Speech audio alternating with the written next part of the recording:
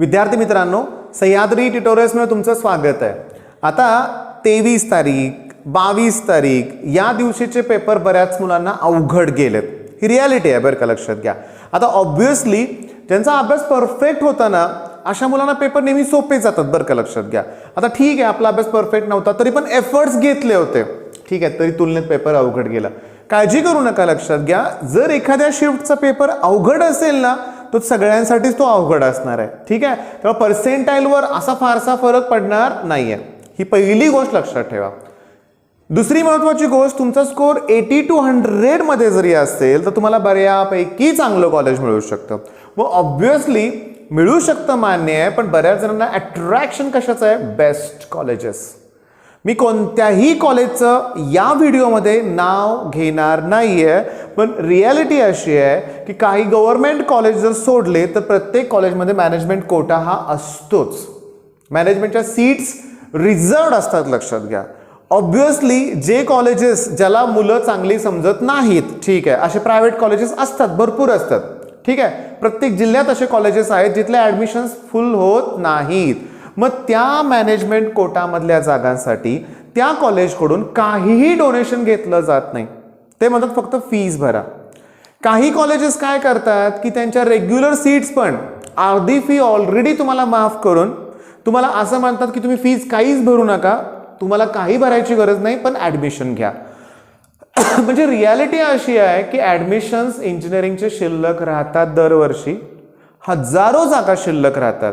मग या स्टेजमध्ये मात्र काही कॉलेजेस असे आहेत, ओके, पुण्यातले असतील, मुंबईमधले असतील, की जे नामांकित आहेत पण प्रायव्हेट आहेत। मग नामांकित कॉलेज आहे, प्रायव्हेट कॉलेज आहे, ऑब्व्हियसली मॅनेजमेंट कोटा असणार आहे। आणि सांगू का तुम्हाला मी, शॉकिंगली CS सारख्या ब्रांचसाठी 10 लाखापेक्षाही जास्त डोनेशन मागितलं जातंय।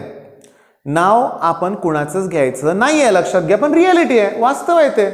मग आता काल एका मुलाचा मला कॉल आला होता, 10वीला त्याला खूप छान मार्क होते, पण तुझ्या बोलण्यातूनच थोडासा नर्वस होता। मी म्हटलं तू सांग तुझे प्रॉब्लेम काय आहे ते। लकीली मी फोन कॉल त्याचा रिसीव्ह केला, मी आलो होतो खाली म्हणजे क्लासमधून त्यावेळेस।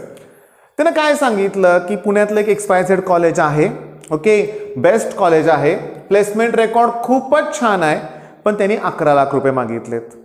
मी त्याला विचारलं की अरे ही रक्कम तर खूपच जास्त होते, कारण 11 लाख मध्ये पूर्ण इंजिनिअरिंगचा खर्च होऊ शकतो, बघा। पण तो काय म्हणला, आम्हाला काही इश्यू नाही, आम्ही भरू शकतो। पप्पा माझे म्हणले तुला ते कॉलेज पाहिजे का, भरूया। म्हणजे बघा त्या मुलाचे पप्पा। मेन पॉइंट काय, मग त्या मुलाला तरी पण का तणाव होता, त्यानं सांगितलं काय ते बघा। तो म्हणला सर पैसे भरतील माझे वडील, पण मला ते झेपेल का? मी म्हटलं अरे असं का विचार करतोय, झेपेल का म्हणजे? मग तो काय म्हणला की एवढे पैसे भरले, पुन्हा वर्षाची फी वेगळी, राहण्याचा खर्च, त्याचा नकळत त्याच्या मनावर थोडासा तणाव निर्माण झाला होता, ठीक आहे। मेन आणखीन तणाव होता सिलेबसचा। त्या बिचाऱ्या मुलाला काय वाटत होतं माहितीये का, की आपल्याला CET क्रॅक नाही करता आली, ओके, त्यानं कुठला क्रॅश कोर्स जॉईन नव्हता केला, ऑब्व्हियसली जे क्लासेस होते तिथं परफेक्ट झालं नव्हतं, त्याचं मार्गदर्शन मिळालं नव्हतं, आणि त्याची ती भीती होती त्याच्या मनात। म्हणजे त्याचा डाऊट काय होता माहिती आहे का, लक्षात घ्या, की डाऊट होता पैसे भरायचा काही इश्यू नाही, आम्ही भरू, पण ते मला पुढे झेपेल का? बाळांनो एक लक्षात घ्या, इंजिनिअरिंगच्या बद्दल तुम्ही जरा देखील मनात शंका ठेवू नका। मी माझ्या अनुभवातून तुम्हाला सांगतोय की 11-12चा पोर्शन टफ आहे, प्रचंड अवघड आहे, इंजिनिअरिंगचा नाही आहे। इंजिनिअरिंगला सुद्धा 4-5 वर्षाचे PYQs केले ना तरी बेस्ट स्कोर होतो, लक्षात घ्या। आलं का लक्षात? मग आजच्या व्हिडिओमध्ये मला सांगायचं आहे काय, तुम्हाला क्लिअरली सांगतो, समजून घ्या। मला सांगायचं आहे काय, नीट आहे का, मॅनेजमेंट कोटामधून ऍडमिशन घ्यायचं आहे ना, तुम्ही कॉलेजमध्ये भेट द्या, ओके। मी गेल्या वर्षी भेट दिली होती, मी तुम्हाला सांगतो, नीट लक्ष द्या। मी ज्या कॉलेजमध्ये भेट दिली होती तिथं काय कारण सांगतो, माझ्याकडे एक स्टुडंट होता, त्याला त्या कॉलेजेसमधून कॉल आले की तुम्हाला आमच्या इथं ऍडमिशन मिळतंय, ओके। तो एवढा खुश झाला होता आणि तो मला म्हटला सर मला कॉल आला, ऍडमिशन मिळतंय। मी त्याला म्हणलं असं कोण ऍडमिशन देणार आहे तुला, असं विदाऊट फीचं डोनेशनचं म्हणूया आपण?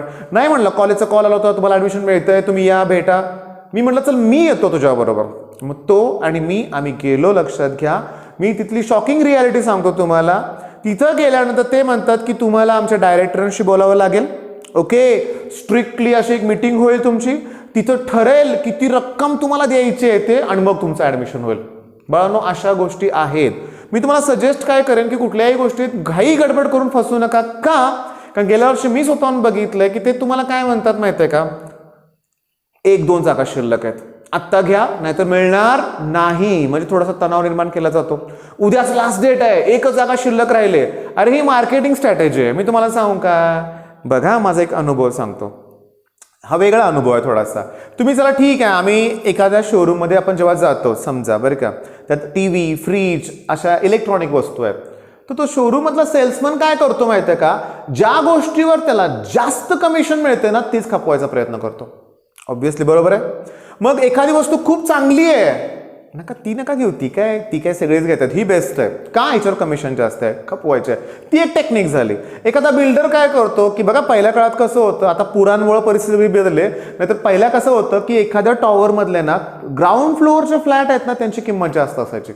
मग तुम्ही एखाद्या अपार्टमेंटमध्ये विचारायला गेला, नवीन अपार्टमेंट तयार होते आणि गेला आणि विचारलं तर बिल्डर अगोदरच म्हणायचे खालचे फ्लॅट विकले गेलेत, वरचा फ्लॅट एवढा शिल्लक आहे, म्हणजे जे खपत नाही ते खपवायचा प्रयत्न. इथं पण तेच आहे, मार्केटिंग स्ट्रॅटेजी असणार आहे. तुम्हाला सांगतो काय असते माहिती आहे का, की एवढ्या जागा शिल्लक आहेत, तेवढ्या जागा शिल्लक आहेत, आत्ताच घ्या. अरे गडबड करू नका, काही करू नका. मी तुम्हाला सांगू का, तुमचा स्कोर 80 to 100च्या आसपास होत असेल ना, तुम्हाला बऱ्यापैकी चांगलं कॉलेज मिळणार आहे. आपण काल दाखवलं तुम्हाला प्रूव्ह करून की एक विजया काटकर ही माझी स्टुडंट आहे, तिला साताऱ्यातल्या KBP ही जे बेस्ट कॉलेज आहे बऱ्यापैकी, तुम्हाला सांगतो आमच्या साताऱ्यातलं नामांकित कॉलेज आहे. ठीक आहे, पण इतरांच्या तुलनेत नसेल ते नामांकित, सगळ्यांना पुण्याचं पाहिजे असतात बऱ्यापैकी कॉलेज, पण तिनं साताऱ्यात राहून तिचं इन्फोसिस सारख्या कंपनीमध्ये सिलेक्शन झालं ना. कॉलेज एवढं पण मॅटर करत नाही रे बाळांनो. म्हणजे नामांकित कॉलेजसाठी तुम्ही जर 10 आणि 11 लाख रुपये डोनेशन भरत असाल ना, मला ते योग्य वाटत नाही. माझी स्ट्रिक्टली सूचना आहे, तुम्हाला लक्षात घ्या, काउन्सिलिंगसाठी थांबा, मार्क्स आल्यानंतर ठरवा कुठं चांगलं कॉलेज मिळते का नाही. आणि तुम्हाला सांगू का, असेही लाखो जागा शिल्लकच असतात इंजिनिअरिंगला. ओके, म्हणजे मुद्दा मला सांगायचं तर काय कळालं का, आणि त्या मुलाशी बोलताना मला जाणवलं म्हणून मी हा व्हिडिओ तयार करतोय. तो प्रचंड तणावात होता. नको आहे मला हे बरं का, तणावात बिलकुल राहू नका. लक्षात घ्या, काही उपयोग नाही आहे त्या गोष्टीचा.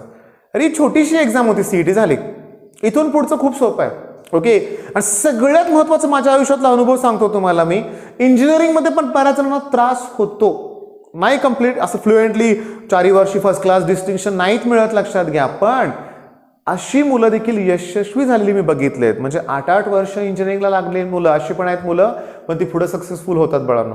कारण नंतर जेव्हा तुम्हाला स्किल दाखवायची संधी मिळते ना, त्यात खरोखर ना तो एक इंटरेस्टिंग पॉईंट असतो. म्हणजे जॉब जो प्रकार असतो ना, किंवा त्यातून तुम्ही ग्रोथ करत जाताना तो आनंदच वेगळा असतो. हे अभ्यास करणे हा टोटली वेगळाच प्रकार. लक्षात घ्या, इथं प्रत्येकाची आवड नसते, त्यामुळे पुढचं लाईफ हे वेगळंच आहे. त्यामुळे अशा एक्झामला घाबरू नका, इंजिनिअरिंगची भीती तर मनात बिलकुल बाळगू नका. मी आहे, यश दादा पण आहे, ठीक आहे, जगदाळे सर आहेत, आम्ही सगळे मिळून तुम्हाला हेल्प करणारच आहोत. ओके, म्हणजे मुद्दा कळाला की ॲडमिशनचं काही तणाव घेऊ नका, चांगल्या बेस्ट कॉलेजला आपल्याला ॲडमिशन हे मिळतंच बाळांनो, काही त्यात प्रॉब्लेम येणार नाही आहे. आणि जर आपण मॅनेजमेंट कोटामधून ॲडमिशन जर घेतलं, जर एखादा स्टुडंट कॅटेगरीमधून असेल तर त्याला कॅटेगरीचे कोणतेही बेनिफिट मिळणार नाही आहेत, फुल फी भरावं लागेल. ओके, आता मुद्दा कसा असतो बघा, नीट लक्ष द्या. काउन्सिलिंग मोस्ट इम्पॉर्टंट का आहे मी तुम्हाला सांगतो. ठीक आहे, आमचा गेल्या वर्षीचा अनुभव पण आम्ही शेअर करतो. एक तर काउन्सिलिंग तुम्ही घेतल्यामुळं तुम्हाला काय होतं माहिती आहे का, म्हणूया आपण कुणाच तरी मदत घेतली, काउन्सिलिंगचा शब्द काढून टाकूया. जेव्हा तुम्ही कुणाच तरी प्रोफेशनली हेल्प घेताय, ओके, तेव्हा काय होतं की तुमच्याकडून कुठलीही चूक होणार नाही आहे, सगळ्या सूचना तुम्हाला मिळतील अगोदर. आता मी तुम्हाला सांगतो, गेल्या वर्षी जेव्हा आता काल पण मला भेटायला कराडवरून 2-3 स्टुडंट आले होते बरं का, पण ॲक्च्युली खरं सांगू का, जगदाळे सर भेटले त्यांना, पण दुपारी काल मी म्हणजे विश्रांती घेतो त्यामुळे मला त्यांना भेटता आलंच नाही. ओके, पण मेन पॉईंट काय सांगू का, त्यांच्याशी बोलताना इतका तो आनंद झाला, मला गेल्या वर्षीचं आठवलं सगळं. दिवसभर मुलांशी मी बोललोय, काउन्सिलिंग केलंय. ओके, तिथं एक गोष्ट लक्षात असते, कुठली घ्यायची असते, कुठली सांगतो की तुम्हाला पहिली गोष्ट ॲडमिशन घ्यायचं आहे, आता लिहित नाही तोंडी सांगतो, ब्रांच कुठली हवी आहे, हा पहिला पॉईंट क्लिअर करावा लागतो. ठीक आहे, दुसरं कुठं ॲडमिशन हवं आहे तुम्हाला, पुण्यात बऱ्याच जणांना पाहिजे असतं. पुण्यात जर घ्यायचं असेल तर माझा प्रश्न असतो, पुण्यात तुमच्या कुठं राहायची सोय आहे का, हे अतिशय महत्त्वाचं आहे बरं का बाळांनो.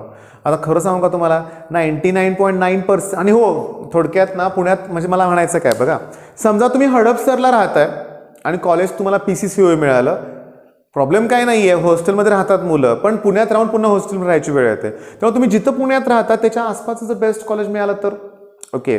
पण मी आता बोललो तसं जर 99% मुलांना आम्ही असा क्रायटेरिया लावत नाहीत, त्यांच्यासाठी मग COEPs, PICTs, टॉपच्या स्कोअरच्या मुलांसाठी वेगळा क्रायटेरिया, मधल्या स्कोअरसाठी वेगळा, आणि सगळ्यात महत्त्वाचं फीजचा क्रायटेरिया असतो. MIT सारखं बेस्ट कॉलेज आम्ही लिस्टमध्ये नाही घेऊ शकत जर विद्यार्थ्याची आर्थिक परिस्थिती नसेल तर. हे तितकंच महत्त्वाचं आहे.